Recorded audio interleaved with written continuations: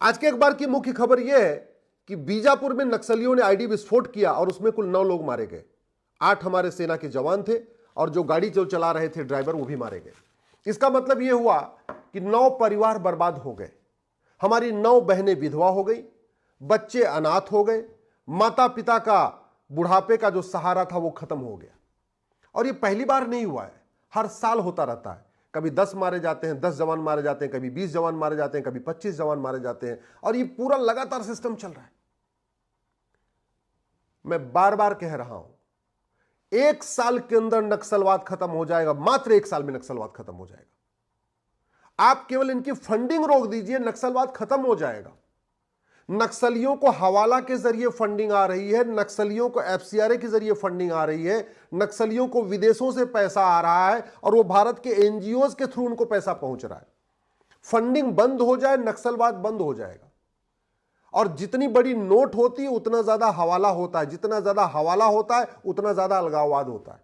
जितनी बड़ी नोट होती उतना ज्यादा काला धन होता है, जितना ज्यादा काला धन होता है उतना ज्यादा काला कारोबार होता है। इन नक्सलियों की फंडिंग हवाला के जरिए भी हो रही है, भारत के अंदर जो काला धन पैदा हो रहा है उससे भी हो रही है, विदेशों से भी पैसा आ रहा है, एनजीओज के जरिए भी फंडिंग हो रही है, एनजीओज को पैसा एफसीआरए के जरिए आ रहा है। तो नक्सलवाद रोकना है तो जो एफसीआरए कानून है 2010 में बना हुआ था उसको खत्म करिए और साथ में साथ 100 रुपए से बड़ी नोट बंद कर दीजिए। नहीं चाहिए 100 रुपए से बड़ी नोट। सबके पास एटीएम, पेटीएम, भीम, UPI, debit card, credit card हो चुका है, क्यों चाहिए बड़ी नोट। सर्वे यह बताता है कि 80% लोग पर डे 100 रुपए से कम खर्च करते हैं। 80% भारतीय पर डे 100 रुपए से कम खर्च करते हैं, उनको 100 रुपए से बड़ी नोट चाहिए नहीं। जो 20% लोग 100 रुपए से ज्यादा पर डे खर्च करते हैं उनके पास एटीएम, पेटीएम, भीम, UPI, debit card, credit card है, तो 100 रुपए से बड़ी नोट की जरूरत ही नहीं है। 100 रुपए से बड़ी नोट बंद करते ही मैं कह रहा हूं हवाला भी बंद हो जाएगा, काला धन भी बंद हो जाएगा, हवाला काला धन बंद हो जाएगा, इनकी फंडिंग बंद हो जाएगी, नक्सलवाद दम तोड़ देगा। दूसरा, हर परिवार के पास बैंक खाता हो चुका है, हर परिवार बैंक से जुड़ा हुआ है।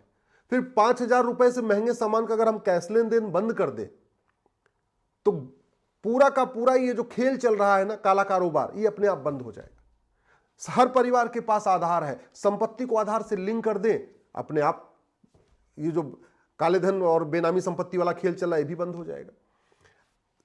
इसके अलावा आज तक हमने नक्सलियों का narco polygraph brain mapping test नहीं किया। नक्सली पकड़े जाते हैं, उनको हम सरेंडर करा लेते हैं। कभी हमने उनका narco polygraph brain mapping test करके ये नहीं पूछा कि तुम्हें नक्सली किसने बनाया था, कौन कौन इस पूरे गिरोह में था, कौन कौन नेता तुम्हारे नक्सलवाद को प्रमोट करता था, कहां कहां से तुम्हें फंडिंग आती। हमने कुछ पूछा नहीं। नक्सलियों को पकड़ते, वो हथियार डाल देते, बस खत्म, बात हो गई। अरे कम से कम नक्सलियों को पकड़ के उनका narco polygraph brain mapping test करिए, टेस्ट करके पता करिए कि फंडिंग कहां से आ रही है, भारत के अंदर उनका कौन कौन मददगार है।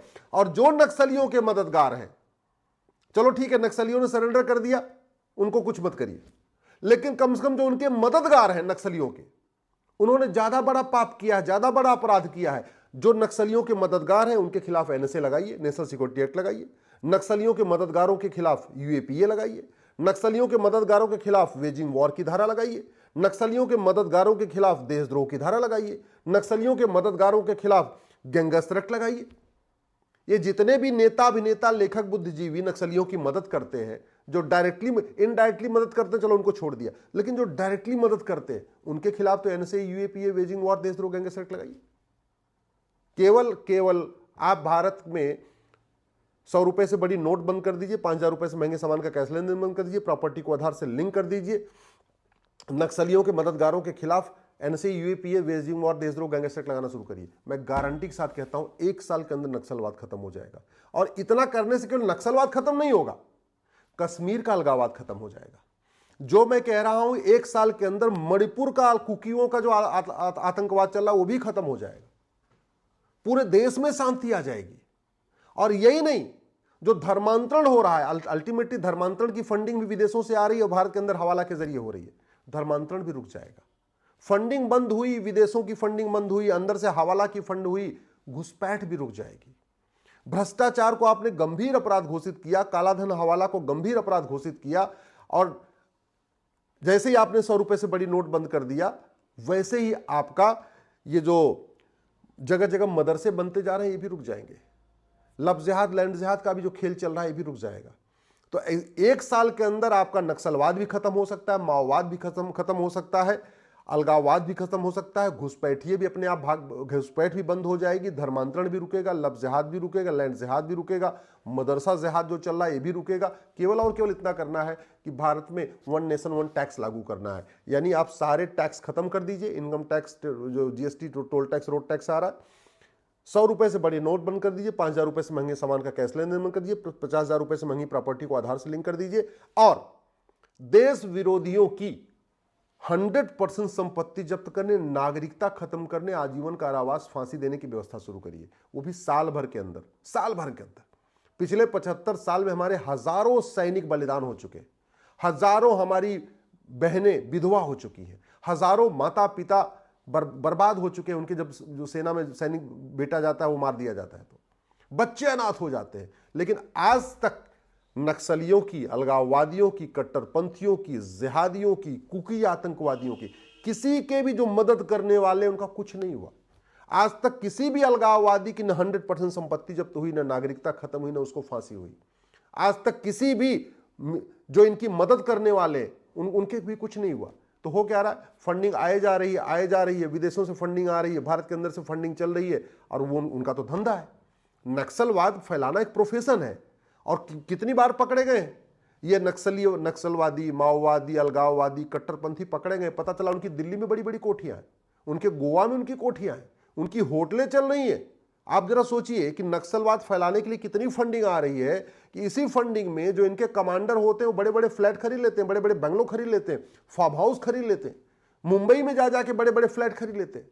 जब तक फंडिंग नहीं बंद होगी तब तक नक्सलवाद नहीं रुकेगा, जब तक भ्रष्टाचार, काला धन नहीं खत्म होगा तब तक माओवाद नहीं रुकेगा, जब तक काला धन हवाला भ्रष्टाचार खत्म नहीं होगा तब तक जिहाद खत्म नहीं होगा, जब तक काला धन हवाला भ्रष्टाचार खत्म नहीं होगा तब तक घुसपैठ नहीं रुकेगी, जब तक काला धन हवाला भ्रष्टाचार नहीं रुकेगा तब तक धर्मांतरण नहीं रुकेगा, जब तक काला धन हवाला भ्रष्टाचार नहीं रुकेगा तब तक मदरसा जिहाद नहीं रुकेगा, जब तक काला धन हवाला भ्रष्टाचार नहीं खत्म होगा तब तक लफ्ज़ जिहाद नहीं रुकेगा।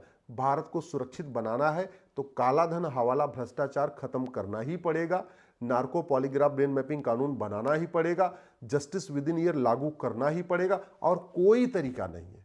नहीं तो वो मारते रहेंगे, पेपर में अखबार छपती रहे, पेपर में न्यूज छपेगी, 1-2 दिन बाद सब भूल जाएंगे, सब भूल जाएंगे। अगले दिन अखबार छपेगा, नई खबर आ जाएगी, लोग उसको पढ़ेंगे, फिर उस पर चिंता करेंगे, कल वाली खबर भूल, आज जो हुआ है, आज जो खबर छपी है, ये आज तक लोग पढ़ेंगे, आज तक थोड़ा सोचेंगे, कल इसको दोबारा कोई नहीं पढ़ने वाला, क्यों? कल को कुछ और होने वाला है, ऐसे ही परसों फिर कुछ और हो जाएगा, नरसों फिर कुछ और हो जाएगा। कोई भी समस्या लाइलाज नहीं है, कोई भी समस्या हमारी वर्ल्ड वाइड नहीं है। भारत की जितनी समस्याएं हैं वो सबका इलाज संभव है, लेकिन उसके लिए नियम कानून बदलना पड़ेगा, पुलिस चार्टर लागू करना पड़ेगा, जुडिशल चार्टर लागू करना पड़ेगा, टैक्स चार्टर लागू करना पड़ेगा, आपको रिफॉर्म करना पड़ेगा। भय बिन होय न प्रीत, ये भगवान राम ने कहा था। हम भगवान श्री राम की पूजा तो करते हैं, लेकिन राम नीति भय बिन होय न प्रीत को लागू नहीं करते। हम भगवान कृष्ण की पूजा तो करते हैं, लेकिन जो कृष्ण नीति थी, सठे साठ्यम समाचरित, उसको लागू नहीं करते। और हमारे देश में वैसे भी पहले हमारे पूर्वज भी कहते हैं, गांव में कहा जाता है, लोहा लोहे को काटता है। ये जो माओवादी हैं, जो नक्सली हैं, अलगाववादी हैं, इनका मानवाधिकार नहीं होता है। हम जबरदस्ती उनके मानवाधिकार की चिंता कर रहे हैं। मानवाधिकार मानव का होता है, दानव का नहीं। ये नक्सली, ये माओवादी, ये जिहादी, ये अलगाववादी, ये धर्मांतरण कराने वाले मिशनरी, ये मानव नहीं है, दानव है। दानव के लिए एक ही इलाज है। राम ने कहा था भय बिन होय न प्रीत, भगवान श्री कृष्ण ने कहा था सठे साठ्यम समाचरित, दंड का भय करिए, सब ठीक हो जाएगा। आखिर सिंगापुर में नक्सलवाद, माओवाद, जिहाद मजहबी उन्माद नहीं है? दुबई में नक्सलवाद, माओवाद, जिहाद मजहबी उन्माद नहीं है? जापान में नक्सलवाद, माओवाद, अलगाववाद, कट्टरवाद, जिहाद नहीं है? दुनिया के कई देशों में नहीं है। क्यों? क्योंकि वहां कानून का खौफ है। अरब में नहीं है, बाकी छोड़िए, अरब में भी नहीं है, कानून का खौफ है। जब तक कानून का खौफ नहीं पैदा होगा तब तक बातें करने से न माओवाद खत्म होगा, न नक्सलवाद खत्म होगा, न जिहाद खत्म होगा, न मजहबी उन्माद खत्म होगा। कानून बदलेंगे, सब खत्म हो जाएगा।